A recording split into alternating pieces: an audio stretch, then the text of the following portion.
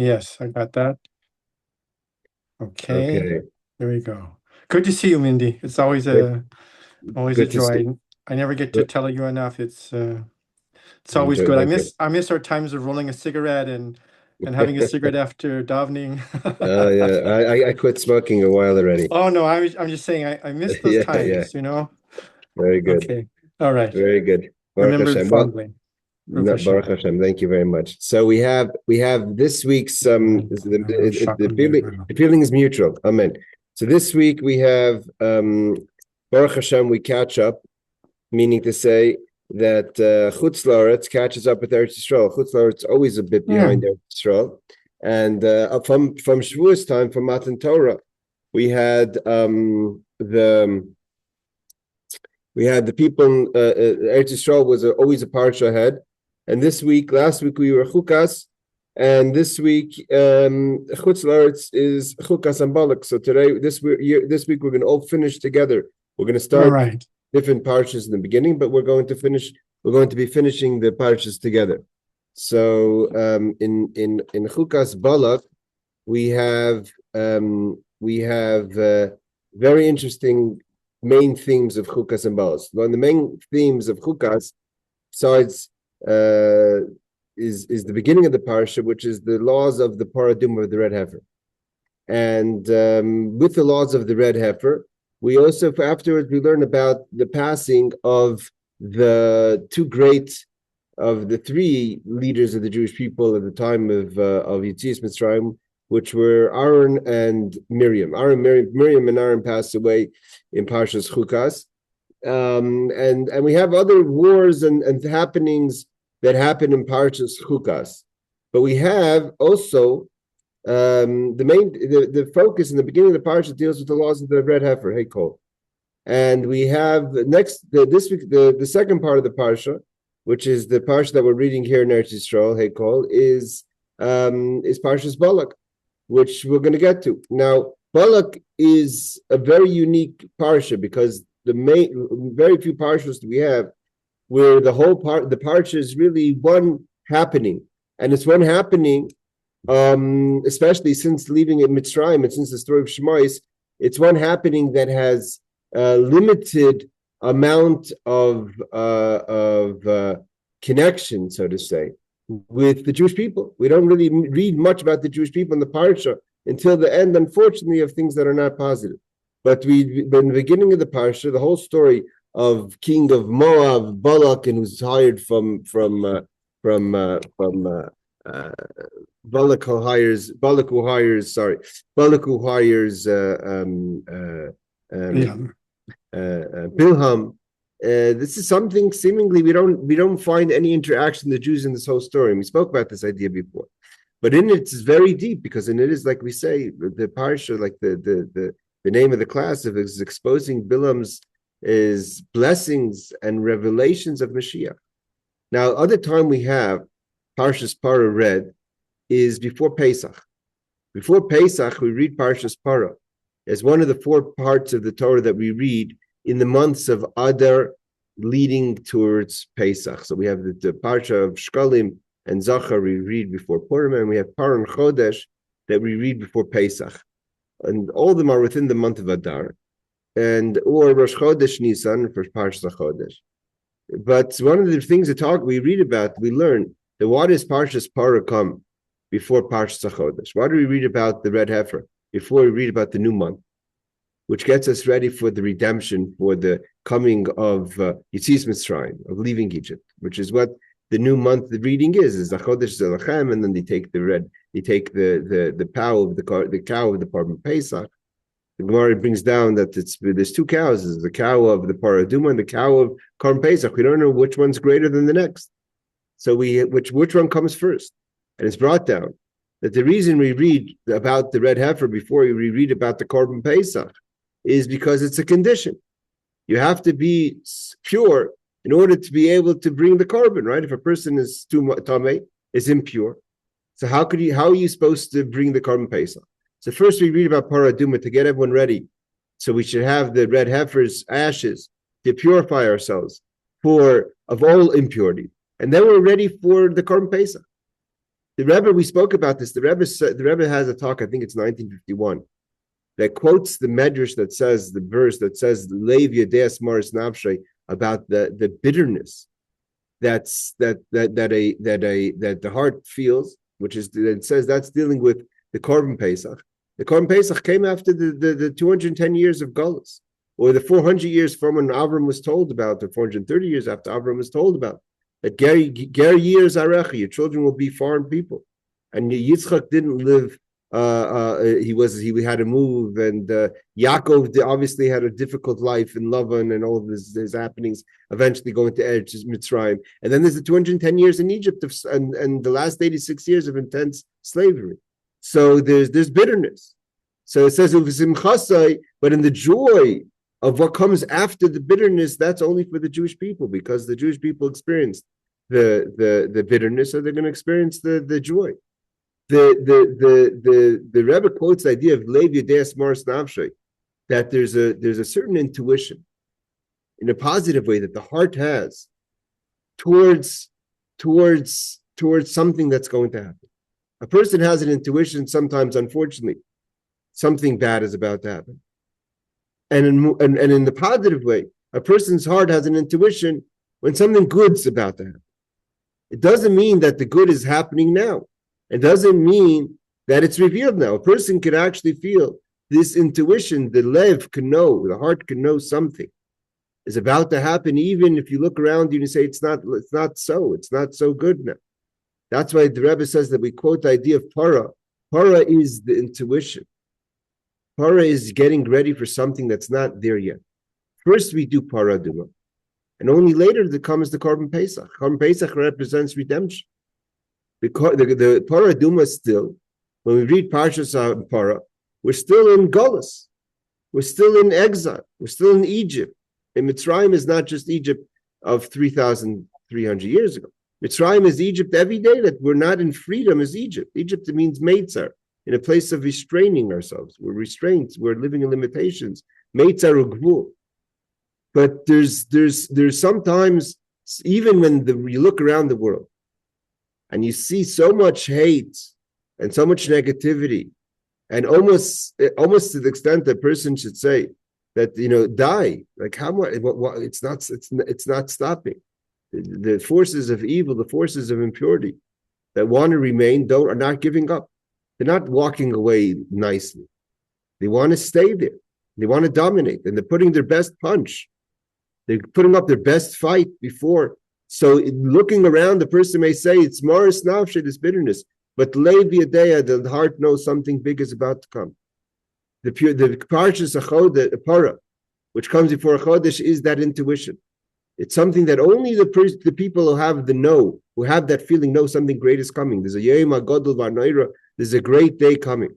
So just like we read Parah, and Parah is about the red heifer, and it's about something great that's coming. And we use the ash of the red heifer to put up that last fight, to say no more tumah. Even the tumah of mace, even the thing that the person feels spiritually dead, even that feeling of lifelessness. The Parah Adumah comes and says, no, I'm going to sprinkle the waters of purity. I'm going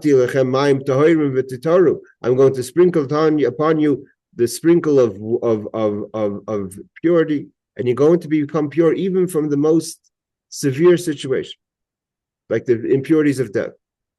And just like Parah comes before Chodesh, the Parah Adumah comes before redemption, so too Parshas Chukas comes before Parshas Balak. Parshas Chukas talks about the purification of the Parah Adumah. The kapara, it's a kapara, it's an atonement. And like the Gemara, and like the Rashi quotes the Chazal that say that why does Miriam pass away after the Parah Adumah? To teach us that Misas Shal Sadikim, when you have a yahrzeit, Gimel Tammuz, when there's the death of the righteous, it brings a kapara and atonement like the Parah Adumah. But what comes after Parshas Chukas, which deals with Parah Adumah? Parshas Balak, which starts off to be pretty negative, where Bilam and Balak are scheming together to hurt and to try to put out the fire of the Jewish people. and to curse the Jewish people and to say they're not a worthy people. They don't have a right to be here. They have no land. They have no claim to the land. This is our land. And all the same narrative that we have today. But in Parshas Balak comes the bracha and the prophecy of Mashiach. So we go from Chukas to Balak is like going from Parah to Chodesh. Because in Parshas Balak, like the Rambam quotes, Rashi maybe disagrees with every understanding of the Rambams, but Rambam says no, every single blessing is talking about the Goyal Rishon and the Goyal Achri. It's talking about King David and the Ben David and the son of David. King David being the first king of the Jewish people, and the Mashiach being the final redeemer of the Jewish people. Shtei Mashiachim, Rambam says. The two Mashiachs are being discussed in this week's Parsha. So when we have in Eretz Yisrael, we had to wait 2 weeks. Last week we dealt with the purification. And this week we're getting ready for Geula. And it's not by small chance, I say, that this week's Parshas Balak, that has the prophecies, the great prophecies of Mashiach, Dorch Kochav B'Yakov, all the great verses that talk about the great days that are coming for us, Achar Sayamim, what's going to be. And the strength of Kol B'nai Sheis, all mankind is going to tremble with the coming of the King of Mashiach. So it's not by no chance that Yud Beis Tammuz, the 12th of Tammuz, that was celebrating going into the 100th year, because the Frierdiker Rebbe was arrested and redeemed in the year Tov Reish Pei Zayin, 1927. So 1926, as soon as we enter into 1926, we're entering into the 100th year. Means we're going to celebrate 100 years from the redemption of Yud Beis Tammuz. And the Rebbe would always find the date of a symbol of 100 years, of 50 years, a Yovel, 2 Yovel, to be a complete number. We know that in the Pirkei Avot, when we talk about the end of chapter 5, we talks about the different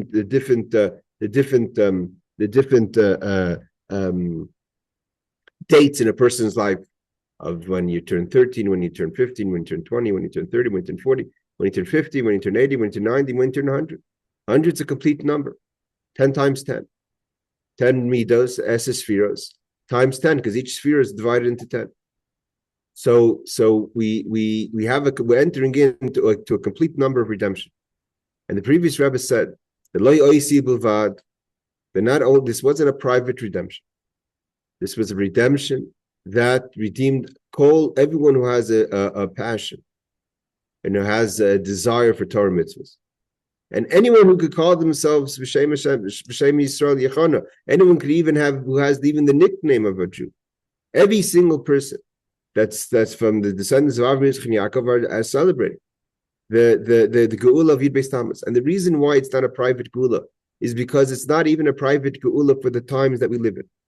Yud Beis Tammuz is, like we've learned we were talking about the past few weeks, is led to, like the Rebbe spoke in 1990, I believe, that Yud Beis Tammuz led to the previous Rebbe coming to the United States, which started the next shlav, the next stage of getting the world ready for Mashiach.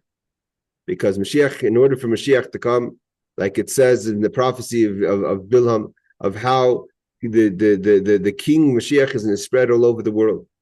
And in order for that to happen, there has to be, you can't just be working on one part of the world and forgetting about the bottom half of the world. Until the Frierdiker Rebbe came, there was that was the first bringing the wellsprings of the teachings of Chassidus, which are the revelation of Mashiach, right? Mashiach, the revelation of Chassidus is not just a byproduct of Mashiach. It is the condition for Mashiach. Mashiach, Baal Shem Tov asked Mashiach, when are you coming? When are you coming? And he didn't say this or this. He didn't say a siman. He said a condition. When the wellsprings and the teachings of Chassidus are going to go everywhere, not just the effect of Chassidus, but the wellsprings themselves. The Frierdiker Rebbe himself and the Rebbe himself had to come to the United States, had to come to the second part of the globe, the bottom part of the globe, which is known as Chatzi Kadra Tachton. That started with Yud Beis Tammuz, and even more so, that started with the arrest on the 15th of Sivan.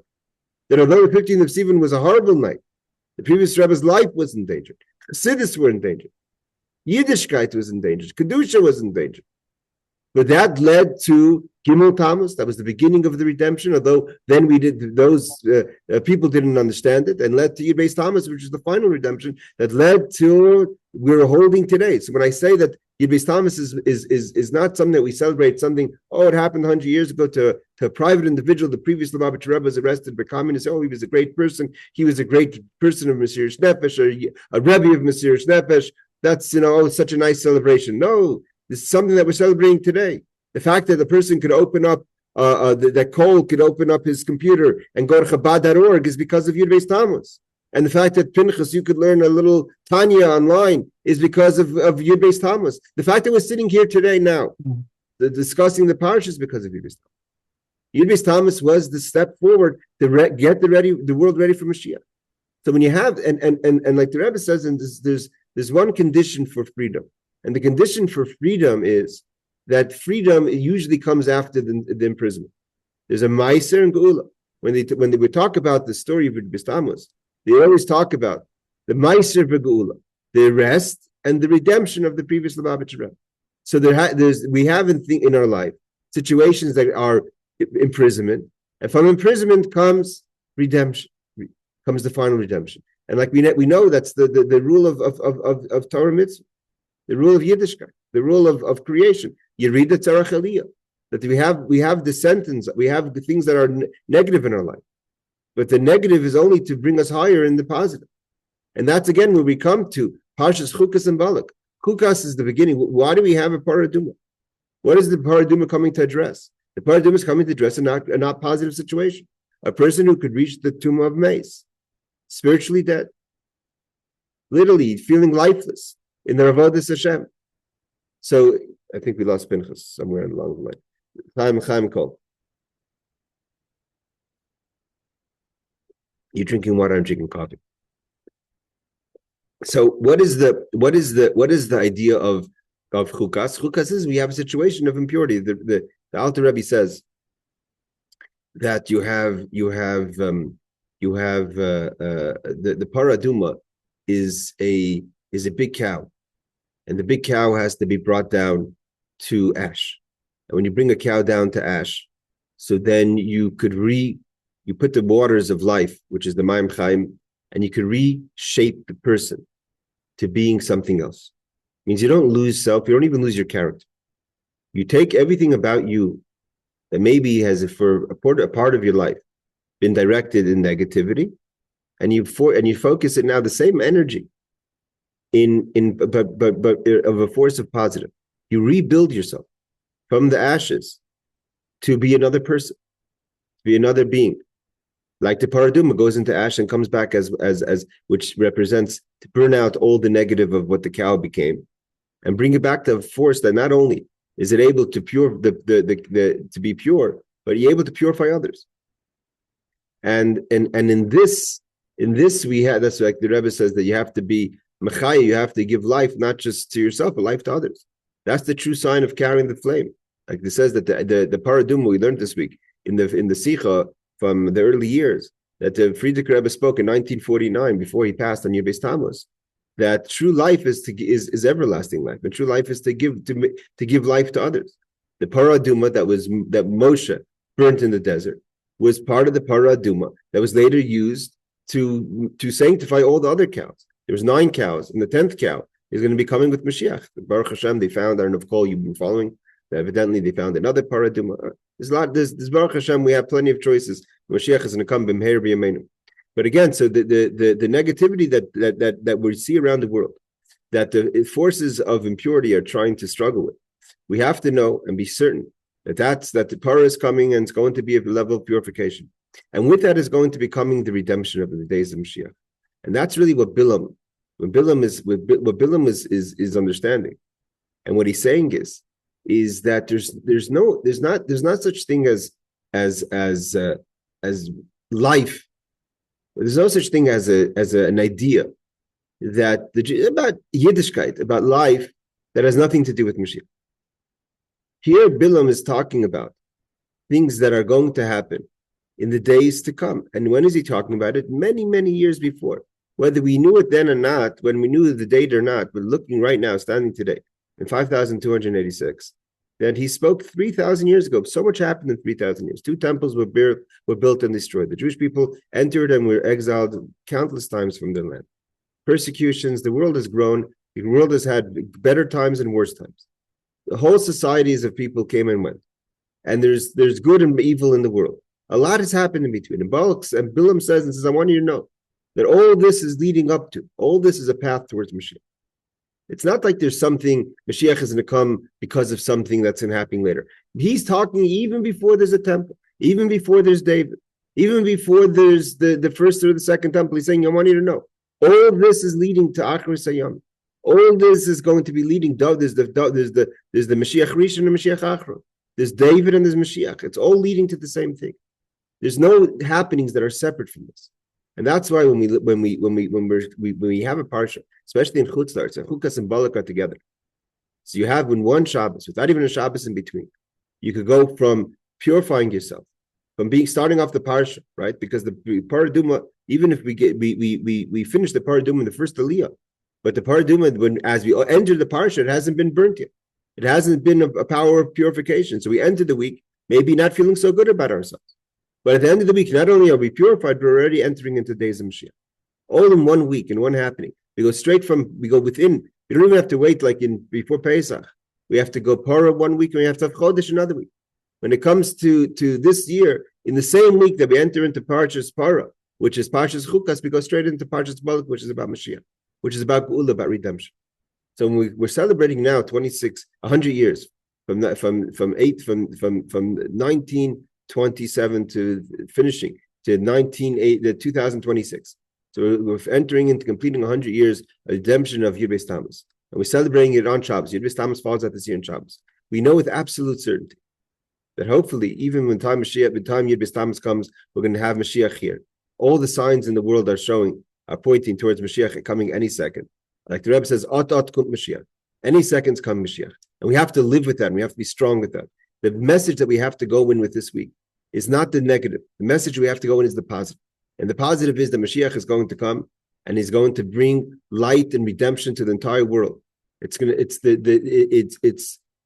say, it's brought down in the Medrash, that if the nations of the world knew the strength of the Beis HaMikdash, what it did for them, not only would they never have destroyed the temple, but they would have protected the temple.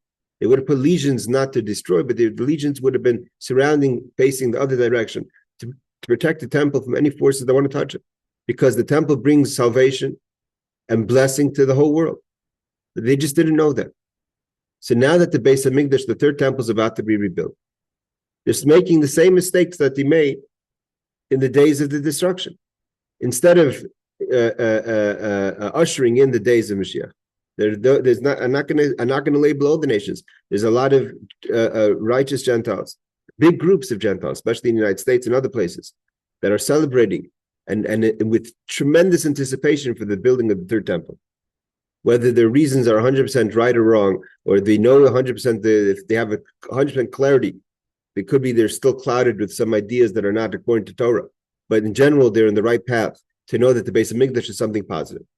But unfortunately, although it's a large group of people that are mamish very much celebrating and anticipating the rebuilding of the third temple.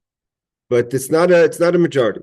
It's far from a majority. And the majority of people around the world are threatened by the idea of the third temple, are threatened by the idea of the Jewish people in Eretz Yisrael, are threatened by the idea of the Jewish of the real Mashiach coming.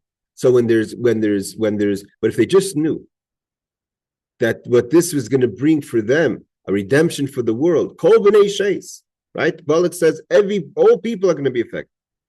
So again, not only would they not stand there to try to disrupt the coming of Mashiach, they would join forces in helping us usher in the days of Mashiach, and do everything they can to unite mankind in positive. Get rid of the hate, get rid of the bloodshed, get rid of the ego, get rid of the self. Mashiach demands bittul, self-nullification. And we know that even the people of this week's Parsha were very much connected to Mashiach. The same people again, that were trying to destroy the Jewish people, they were very much connected to Mashiach. The Gemara tells us, who's Bilam? He's not just a nobody. Bilam is our family. Gemara Sanhedrin says Bilam is a son or a descendant of Lavan. Lavan is, of course, Rivka's brother, Yaakov's uncle, and Rachel and Leah's father. Here's a person that is literally a mishpacha with the Jewish people. He's family. Bilam is Pashut family, and he's a family gone up, and he's looking to curse his own family. Who's Balak? The Gemara tells us about Balak. Balak is the grandfather of Eglon, and Eglon is the father of Ruth, and Ruth is the mother of David, is the grandmother of David, and from Ruth comes Mashiach. So here Balak is looking to destroy the Jewish people and doesn't even realize that it's his descendants that when we talk about the days to come, and we talk about that Mashiach is going to come and elevate and bring redemption to the world, well, he doesn't even realize it's not something foreign to him. It's his daughter. It's his granddaughter. Mashiach is his descendant. King David is his descendant. But he's just not seeing things clear. He can't get out. He's that force of Tumah that doesn't realize that instead of embracing, he should have had wall-to-wall carpeting with tables, with all delicacies, and welcoming the Jewish people.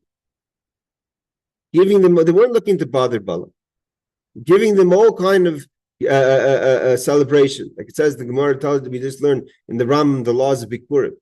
When the Jewish people came to bring the Bikurim, it says that the unity, and it was all about the unity. No one came as an individual. They all gathered together in their cities and areas, traveled together to Jerusalem. The people of Jerusalem came and they welcomed them. Let's go to the house of God. Aramimcha Hashem Kidlisani, they would sing the praises of God, that God elevates us. We're elevating to Yerushalayim. So that's how we greet people coming to Geula, to redemption, to the temple. Instead, Balak said, no, I have to curse them. I have to destroy them. Why are you destroying them? You're destroying you're the future. You yourself are the future. It's not something that's going to happen to someone else. It's benefiting you, but still he couldn't see it. Literally, Ruth is his granddaughter. David is his grandson, great-grandson. Mashiach is his great-great-grandson. For good or for bad, it's the way it is. So a lot of times in life, we're scared as an individuals. We're not talking only about other people. You have to talk about ourselves. We're scared for what's coming. We don't know. We're not sure how it's going to affect our lives. And we know the Rabbi always says we don't want Mashiach out of desperation, out of yiush, because that's the hope. The only hope we could survive. The world is so horrible that the only thing we have left is to wait for Mashiach. We want Mashiach in good times. The Rebbe says in the last Maimer, he told us that the real sign of Geula is when the Jewish people say we're not happy with Golus, not because everything's fine, our bank accounts are full. We have a lot of joy and happiness in this world. Like after Purim, the Jewish people took the Torah. It was after the miracle. We're not talking about that they had self-sacrifice in the hard times. Even in the good times, things were good. What did they say? But we're not happy. Why? You have everything you need. You have Baruch Hashem Gashmis. You have yeshivas. But where's Mashiach? Mashiach's not here. The world's not redeemed. Like the Rebbe says, if there's one place that doesn't have Mashiach, there is no Mashiach anywhere. There's no such thing as Mashiach someplace private. Because if it's one place in the world that's still darker than the world is dark. So the Rebbe taught us in the last years that we have to want Mashiach for the positive, not for desperation. And to be able to subscribe to that, we have to know and learn from Balak, and we have to learn from Bilam not to be fearful. You yourself are going to benefit from this. This is your redemption. It's not someone else's redemption. This is something that's going to elevate you, take you even to a better place. It's a greater light. The world's going to be in a better place. But you have to be there. You have to be anticipated. Get ready for Mashiach. Demand the Mashiach. And because the prophecies are here. The signs are here. The redemption, the Parah Adumah we have. We have the ash. We have everything ready to go for the final redemption. I want to wish everyone that we're coming to this Shabbos. That we have Chukas, Balak, Yud Tammuz all in 1 week. We have the tools to get ourselves pure. We have the prophecies of Mashiach. We have the celebration of Tammuz, which is the Chag Geula, the redemption, which is leading to is a clear next stage in the final stages, the final days of the coming Mashiach. May we be Zaycha, may we merit to see it speedily in our times this week in a way of menucha, in a way of simcha. Like the Rebbe says, the Alter Rebbe says that when we say that a person's Ivdos Hashem v'simcha, true simcha is when you're happy with not just with what's going on in this world. You're so connected to godliness. You're so connected to the name of Yudke Vavke that's above the world. That and you bringing that Amen Yeheshmei Rabbi, you bring that into the Mevarach, bring it into the world is true Aisha. I mean, how do we make God happy with creation?